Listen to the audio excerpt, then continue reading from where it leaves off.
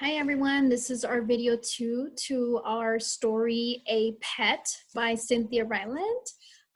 Remember this one that I read to you the other day? Again, you don't have this one. We never send this one to you, so I just need you to listen up, read along with me as I share my screen with you, and bring out your notebook so you can go ahead and jot down the vocabulary that we're going to be going over today so that we do our second read and we have a clear understanding of what's going on in the story.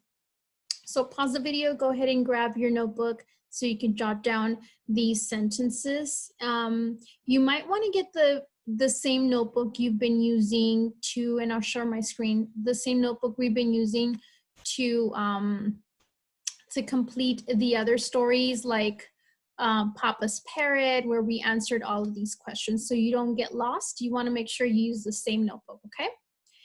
So today we're going to go over unknown words, words that I pulled out of the reading where I thought, you know what, they need to know these words in order to understand.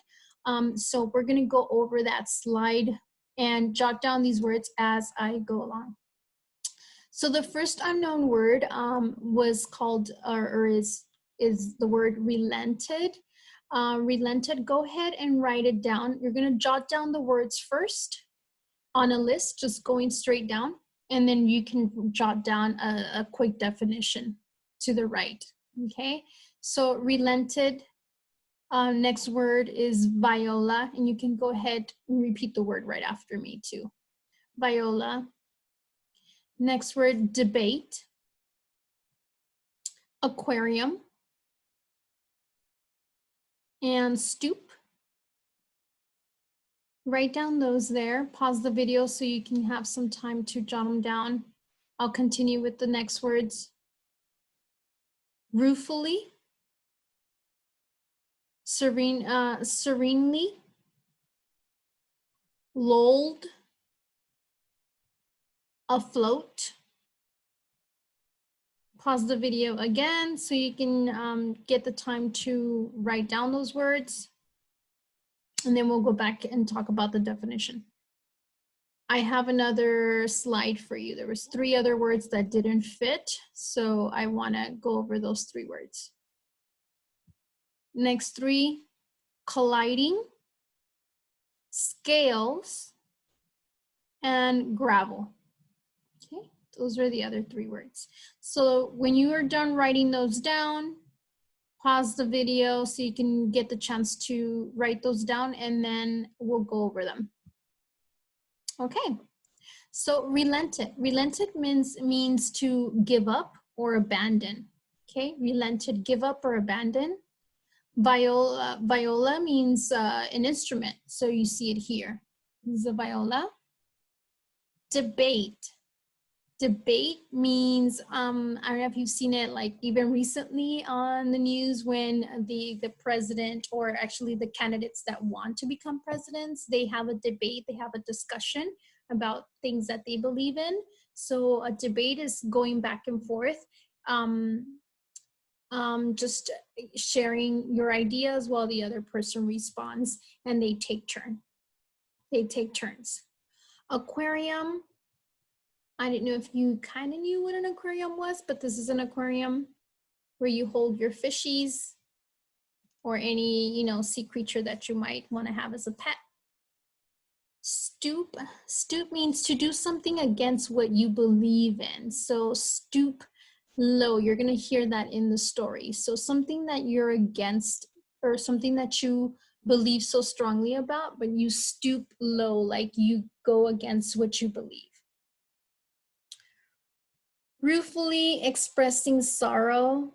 So you're like, you know, sorry, and maybe you're making an expression, or just, you know, you're feeling bad or sorrow, like sad.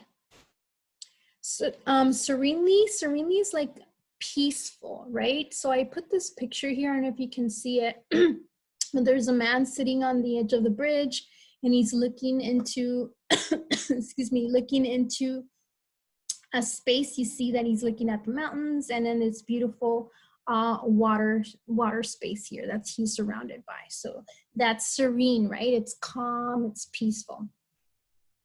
Lulled, here we see the Pooch, the little dog. He's like laid out, like it's kind of being lazy, right? Just laying around, he's lulled.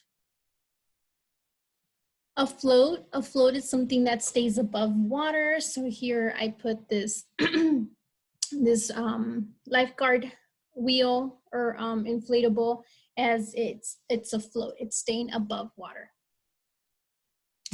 Next word, colliding. Colliding, when two things crash into each other, or mainly colliding is not something, most of the time it's not intentional, but colliding when you crash into something, right? You collide. Scales, here in the story, it's referring to the scales of a fish, which is the outside part of the body of the fish.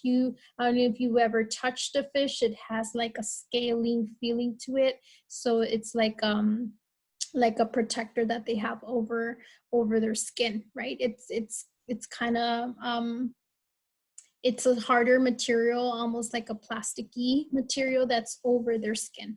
So you touch it and so it's a little hard.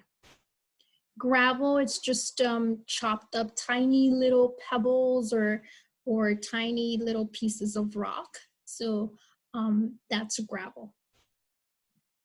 Okay, my friends, I think we're ready to read our story one more time so that we can now understand what it's saying. Okay, I hope you got a chance to read it. I don't know if I did send it to your Google Classroom. Hopefully you got a chance to see it. If you didn't, I'm going to share it with you one more time. We're going to read it together, and we're going to go over those words. Make sure that we clearly understand what it's saying. Okay, let me move myself slower a little bit. There you go. And let me go back to 100.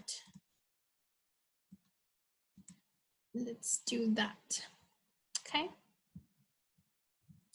So let's start with the reading one more time. And then again, like I said, we're going to go ahead and make sure that we figure out the meaning or what it's saying on those words that we highlighted, okay?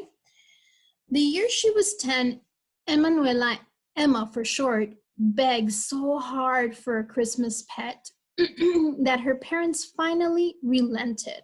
Remember, what relented was one of our words. Relented was to give up or abandon, right? So finally her parents gave up and gave her the next best thing, a goldfish. Her father, who was a lawyer, had argued for years that money could buy better things than flea collars, that Emma did not need a pet, that Emma had seen too many Walt Disney movies. Her mother, also a lawyer, argued that Emma should spend time with her Viola, not with an animal. Remember what a viola is? They thought she should spend more time playing music, right?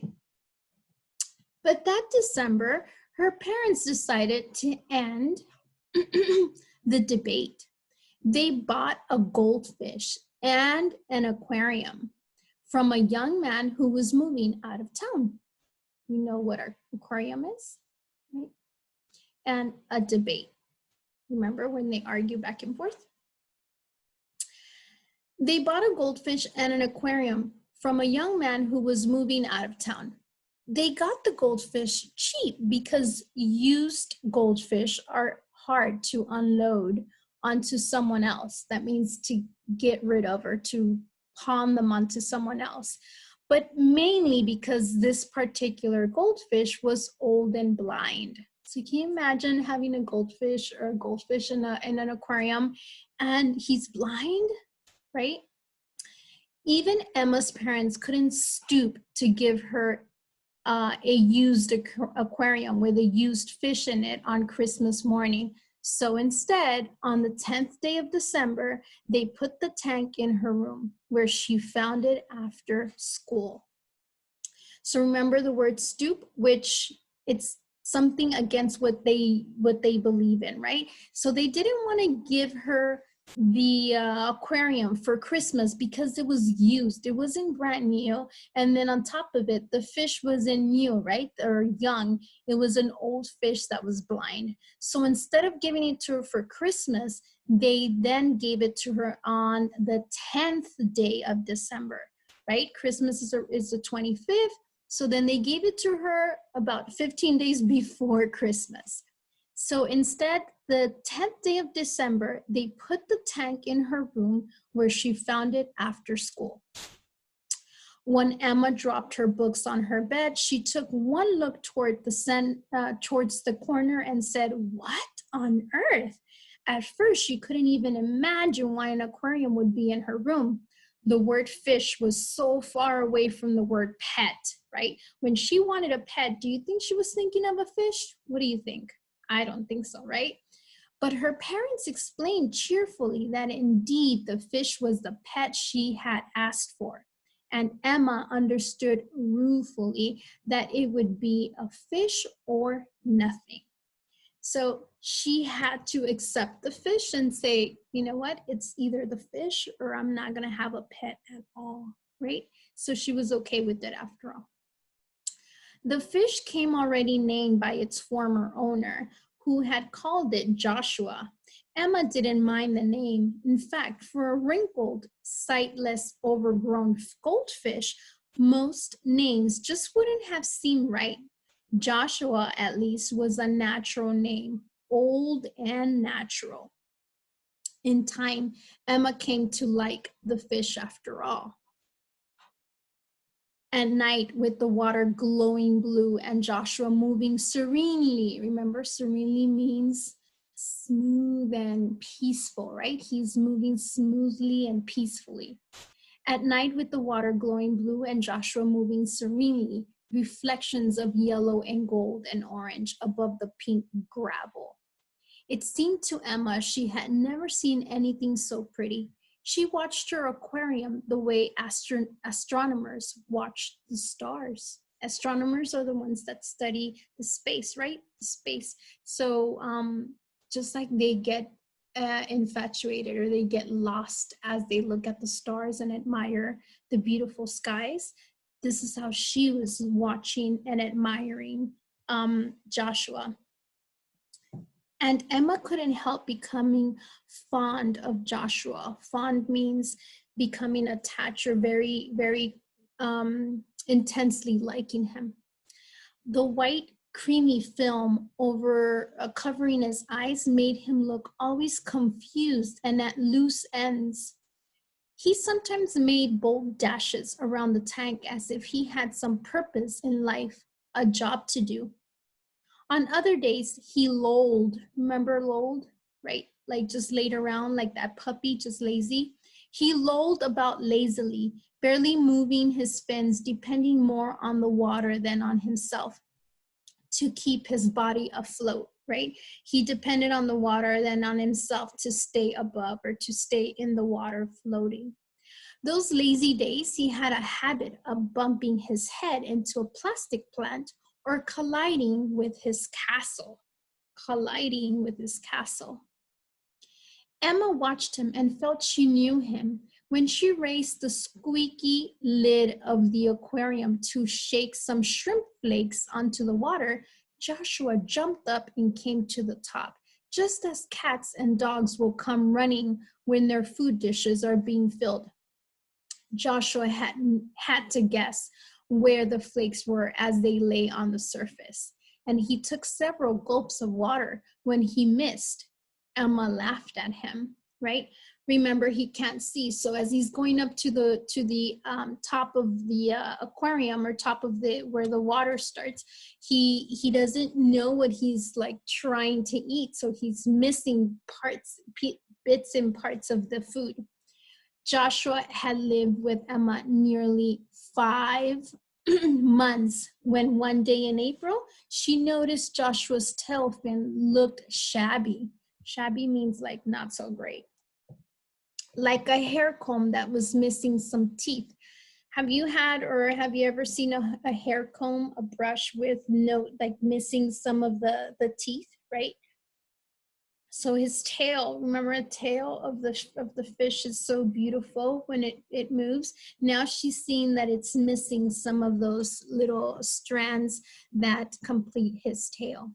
The next day, his tail fin looked worse, and he wobbled when he swam as he needed, like as if he needed a cane, right? Like a little old man, like a little cane. The next day, his tail fin looked worse. So we read that part. Emma was growing worried. Then the third day, there was white spots on Joshua's scales, right on his scales of his body. He leaned his body against the side of the tank and rested. He did not dash and he did not loll. He leaned and rested. Emma rushed to the pet store after school and brought home a box of medicine. In the aquarium, Joshua lay on his side. Sometimes he tried to move to a different part of the tank, but he couldn't swim and he just fell over again. Emma dropped 2 pills into the water. Please, she whispered, please. Late into the night, Emma watched as Joshua lay ill. Ill means sick, right? Sometimes she cried. Once she sprinkled some shrimp flakes into the tank, but they just floated down to the bottom, settled on the gravel around Joshua. In the morning, Joshua was dead. Emma found him floating on top of the water when she woke up. When she lifted him out of the water in the net, it surprised her how heavy he was. He was as large as her hand, and it surprised her because she had never held him. For a few moments, she patted him as she had not ever been able to do. Then she buried him in the backyard along with his castle. Her parents watched her from a window inside the house. Sad ending, right? So I hope now that we did a second reading, now clearly you understand what's going on.